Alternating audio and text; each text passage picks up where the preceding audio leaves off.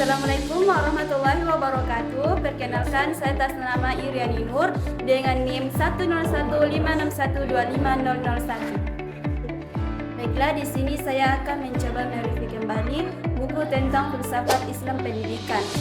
Baiklah, buku filsafat pendidikan membahas tentang landasan filosofis pendidikan yang bersumber dari ajaran Islam dengan menempatkan wahyu Al-Quran dan hadis, akal, serta realitas manusia sebagai dasar utama pendidikan.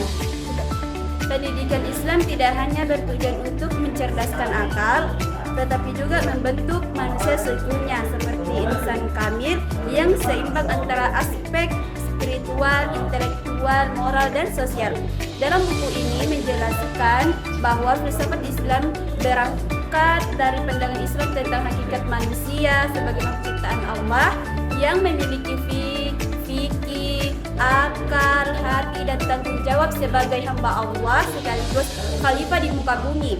Oleh karena itu, pendidikan diarahkan untuk mengembangkan potensi fitrah tersebut agar manusia mampu menjalankan tugas keagamaannya dan peran sosialnya dengan baik. Tujuan pendidikan Islam menurut buku ini adalah membentuk manusia yang beriman, bertakwa, berakal mulia, berilmu pengetahuan, serta mampu mengamalkan ilmunya dalam kehidupan nyata. Pendidikan tidak dipahami sekedar proses transfer ilmu, melainkan proses pembinaan.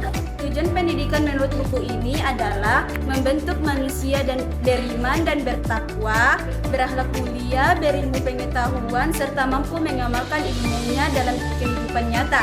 Pendidikan tidak dipahami sekedar proses transfer ilmu, melainkan proses pembinaan atau tarbiyah, pengajaran atau taklim, dan pembentukan adab atau taktib secara berkelanjutan.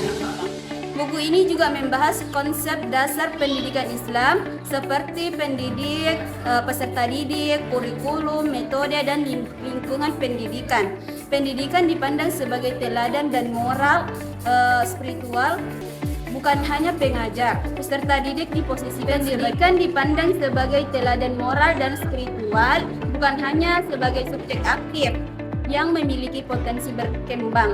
Kurikulum pendidikan Islam harus mengintegrasikan ilmu agama dan ilmu umum secara harmonis, sedangkan metode pendidikan harus sesuai dengan nilai-nilai Islam seperti keteladanan, kebinasaan, dialog, dan nasihat. Baiklah, secara keseluruhan buku filsafat ini menegaskan bahwa pendidikan Islam memiliki ciri khas yang membedakan dari pendidikan sekuler, yaitu orientasi tauhid dan akal. Pendidikan Islam diharapkan mampu menjawab tantangan zaman tanpa kehilangan nilai-nilai keislamannya, sehingga melahirkan generasi yang berilmu, beriman, dan kepribadian Islam. Sekian dari saya.